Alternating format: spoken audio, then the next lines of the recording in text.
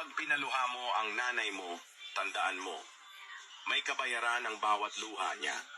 Isipin mo ito. Noong maliit ka pa, ilang beses ka bang umiyak sa gabi? Ilang beses kang nagkasakit at nag-alala siya?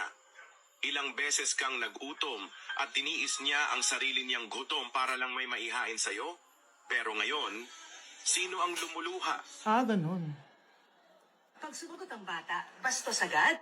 Hindi ba pwedeng nagpapaliwanag lang? Hindi ba natin kaya makinig? Lalo na kung ang bata, maayos naman ang pananalita, hindi naman mataas ang boses, hindi naman bastos pag nagpapaliwanag.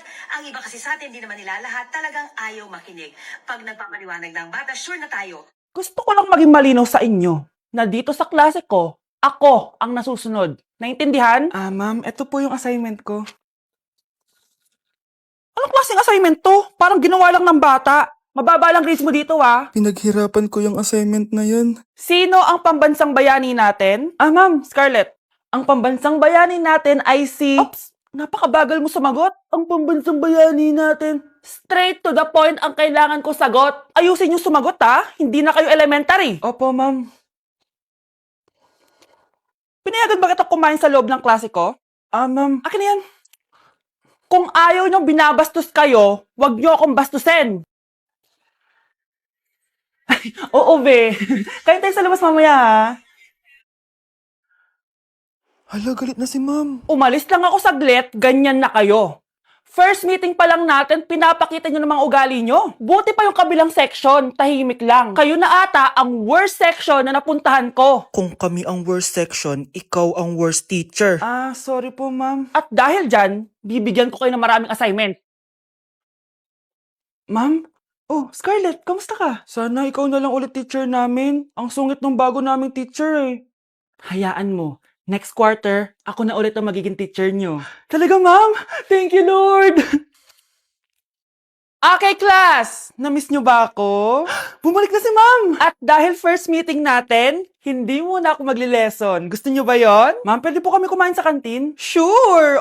Yung mga gustong kumain, kumain na. Gawin nyo na lahat ng gusto nyong gawin. Basta, today lang yan ha. Next week, magli-lesson na tayo. Grabe, ang bait talaga ni ma'am, no? True be, kaya favorite ko yan si ma'am eh. Tara na, kain na tayo. Okay, class, what is the powerhouse of the cell? Scarlett? Ano ba yun? Starts with letter M. Mitochondria? Very good! Kaya mo naman pala eh. Thank you, ma'am. Class, mag-e-exam kayo ha. Dinalian ko na to para sa inyo. Lahat ng nasa lesson natin, nandito. Okay, get one and pass. Oo nga, ang dali lang. Makaka-perfect pa ata ako. A few moments later. Okay, time's up. Pass your papers. Wow naman, lahat kayo nakakuha ng high scores. Magaling ka kasi magturo, ma'am. Okay, class, dahil Friday ngayon, gusto ko mag-enjoy kayo sa weekends. Kaya naman, hindi ako magbibigay ng assignment. Yes, thank you, ma'am. Makakagala ako. At isa pa, class, malapit na mga anak si teacher, magli-leave muna ako ng ilang months. Habang wala ako, si Ma'am Diana muna ang papalit sa akin. Maging mabait kayo sa kanya, ha? Hi, class! Namiss niyo ba ako? At dahil first meeting natin, may surprise quiz kayo. Nandito na naman yung pet peeve ko. Hindi! Hindi! Class, may joke ako. Anong hayop ang hindi marunong magtago? Ano po, ma'am? Di elepante kasi di ba malaki siya? Corny ni ma'am. Trubes. Nakakatawa ka talaga, ma'am. +1 si Samantha kasi siya lang yung tumawa. Thank you, ma'am. Lo, pwede pala yun? Ma'am, eto po, para sa inyo po to. Hala, ang ganda naman nito. Balita ko po kasi ma'am, mahilig kayo sa halaman. Thank you, Samantha. Baka naman ma'am, plus points sa quiz natin kanina. Sure, +5 ka na sa akin. Ikaw pa ba? Hala siya, pasip-sip to kay ma'am, Okay, class dismissed. Pwede na kayo umuwi. Ma'am, ako na po magdadala ng mga gamit nyo para di po kayo mahirapan. Hatid ko na po kayo, ma'am. Aba naman. Buti pa si Samantha, matulungin. Ginagawa niya lang naman yan para magka-plus point siya. Ay, nakakainis si Samantha, no? Halatang nagpapasip-sip lang siya kay ma'am. True. Kaya siya yung top 1 palagi dahil sa mga binibigay na points si ma'am. Guys, tingnan nyo. Convoy yan ng magulang ni Samantha tsaka ni ma'am. Babayaran daw si ma'am para maging valedictorian si Samantha. Grabe. Sumusobra na kayo. Okay, class, may i-announce ako. Ang valedictorian natin ay si... Sino pa ba? Di si Samantha. Hala, totoo ba? Hindi ko expect. Congrats, Samantha! Ang galing nyo! Ang galing mong bumili ng grades. Ha? Scarlett, sit down! Ay, no! Convo nyo to, di ba? Magkano binigay sa'yo, ma'am? 1,000,000? Wow, easy money! Alo, nagpapabayad si ma'am. Grabe. Ano kaya magiging reaction ng principal pag nasend ko to sa kanya? Hindi yan totoo! I-delete mo yan! Oops! Sorry na send. Deserve nyo yan. Lumalaban kami ng patas dito. Kailangan nyo managot.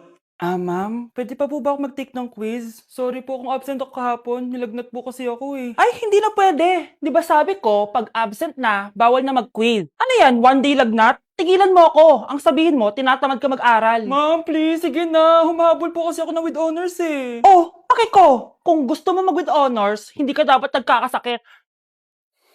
Ay, hello ma'am. Good afternoon po. Ah, yes po ma'am. Kayo po yung nanay ni Scarlett, di ba? Ay, opo ma'am. Yung anak ko kasi nilagnat. Kawawa naman. Pwede pa po ba siya mag-take ng quiz? Humahabol kasi siya ng with honors eh. Sayang naman. Ay, ganun po ba ma'am? Kawawa naman po pala si Scarlett. Di bali ma'am, bibigyan ko na lang po siya ng quiz. Nak, sa susunod kasi magsabi ka sa akin ha. Hindi po kasi siya nagsasabi sa akin eh. Nagka-amnesia siguro to. Naku, salamat sa konsiderasyon ma'am ha. Sobrang bait niyo po. Ay, opo ma'am. Mabait po talaga ako. Di ba nak? Ah, opo nay. Mabait po siya. Anak, manood ka nitong Cocomelon para malibang ka. Ah, sige po, Nay. Cocomelon! Ang cute nila. Quack, quack, quack, but only 4 little ducks came back.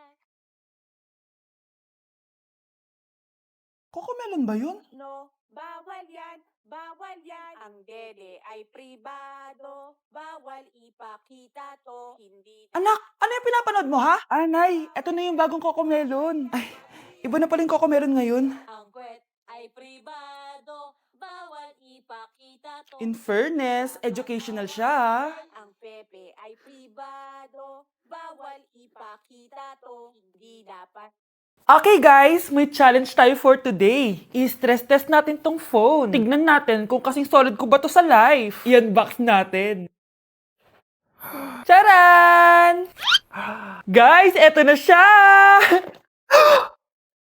Oh my gosh! Guys, parang walang nangyari. Ang tibay! Hi guys!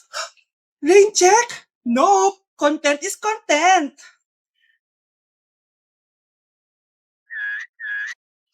Ay! Naku, wait lang! Buhay pa ba to? Aba, walang gas-gas. Ay, corning curve glass nga pala to. Mas durog pa ako dito eh.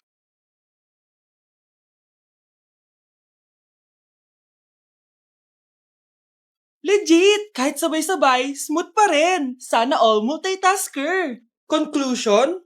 Kung gusto mo ng phone na hindi sumusuko kahit ilang beses mong i-drop, Super 26 Ultra yan! Ay, Nay! Good news! Nanalo ako sa loto! Totoo ba, anak? Tumama lahat ng numero sa panaginip ko, Nay. Ay, alam mo, anak, swerte ka talaga eh. Nay, may good news din ako. Gagraduate na ako next month! Talaga ba, anak? Akala ko talaga bagsak pa rin ako eh. Buti naman at di ka na ulit ng high school. Congrats! Good luck sa college! Mga anak, may good news din ako. Sabi ng doktor, magaling na daw ako sa sakit ko. So, ibig sabihin, hindi mo na kami makakalimutan, Nay? Oo, anak. Parang sunod-sunod yung swerte natin, Nay, no? Siyempre, dahil din yan kay Lord. Sige na, anong oras na? Matulog na tayo, ha? Good night, Nay. Grabe, ang kalat naman. Oo, anak. Ba't kising ka pa? Nay, sobrang kalat kasi dito sa bahay. Naglinis lang ako. Anak, tigil mo yan! Masama yan! Ha? Bakit? Masama na ba maglinis, Nay? Hindi mo ba alam yung pamahiin na bawal magwalis sa gabi? Kasi pag nagwalis ka, parang tinataboy mo daw yung swerte palabas ng bahay. Ako, Nay, 2025 na. Naniniwala ka pa rin sa pamahiin? Tumatanda ka na talaga. Ay, di ko alam, anak. Takot lang ako na malasin ulit tayo. Sige na, Nay. Itulog mo na yan. Malapit na ako matapos dito. Matulog ka na rin, ha? Nasaan na yun? Hindi pwede mawala yun. Oo, anak, ano nangyayari? Umagang-umaga sumisigaw ka. Nay, nawawala yung lotto ticket natin. Hindi natin makiklaim yung pera. Ha? Sige anak, tutulungan kita maghanap, ha? Ay, baka nandito lang yung banda. Oo anak, ba't ka umiiyak? Ayoko na.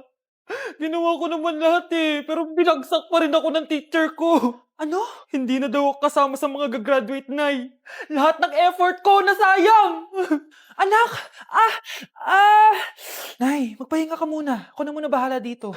Ano na naman nangyayari sa pamilya natin? Anak? Scarlett? Kyle? Susan? Kamusta ka na? Dok? Ba't nandito ka? Dinalaw kita para kamustahin ka. Mga musta? Eh di ba sabi niyo magaling na ako, Dok? Yun din nakakala ko. Ha? Teka lang, nakita mo ba yung mga anak ko? Susan, matagal nang patay ang mga anak mo. Ha? Hindi mo ba naaalala? Pareho silang na-depress. Si Scarlett dahil sa nawala niyang lotto ticket. Si Kyle naman dahil hindi nakagraduate. Kaya, ayun. Kailangan mo ulit maggamot, Susan. Dahil lumalala na naman ang demensya mo. Nay, namumula mata ko. Ayan! Kaka-cellphone mo yan eh. Nay, 4 over 50 lang ako sa quiz namin kanina. Naku! Kaka-cellphone mo kasi yan, anak eh. Nay, parang umi-effect na skincare mo. Ang fresh mo na. I know, right? Hindi kasi ako gaya mo na puro cellphone. Nay, ubos na pabango ko. Oh, puro ka kasi cellphone. Nay, ninakawan daw yung kapitbahay natin. Grabe nakakatakot. Oh, ayan. Cellphone pa more. Nay, sobrang sakit ng ulo ko. Tapos, inuubo pa ako. Ayan! Oh, alam ko na sasabihin mo. Oo na, kaka-cellphone ko na to. Ay hindi, iba na yan. Kapag may 2 symptoms ka, gaya ng headache at ubo, pwedeng flu na to. Oh, eto anak, uminom ka nitong BioFlu. Ay wow, hindi sinisi ang cellphone na. 15 minutes later. Nay, bumubuti na pakiramdam ko. O, di ba? Mom knows best talaga.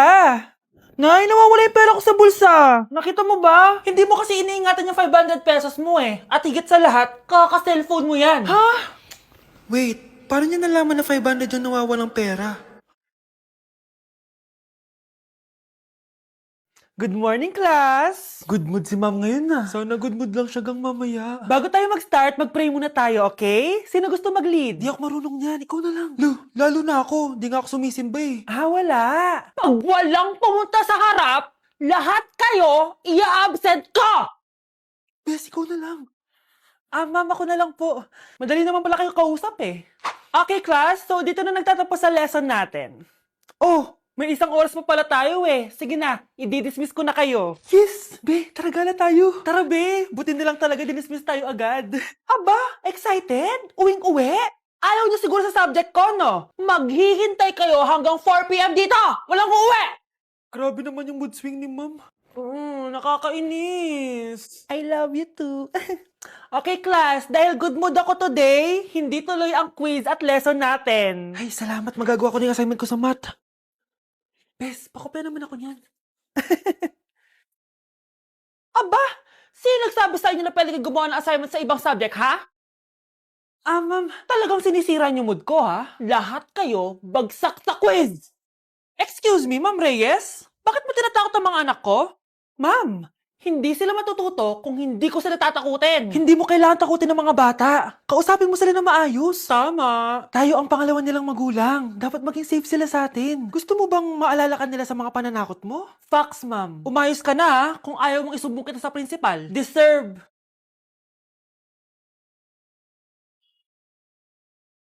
OMG, grabe yung baha, oh. For sure, marami naman nakurakot si Dad. Paldo. Oh, Cheska, ba't ang aga mo? Di ba traffic kasi baha? Ay, opo, ma'am. Baha nga po eh. Kaya pinag-helicopter na ako ni Daddy para safe ako. Kawawa nga po yung mga tao eh. Wow, sana all. Ah, yes, Daddy? Opo, nandito na po ako sa school. Yung baon kong 1 million ha, send mo na. Ha? 1 million yung baon niya?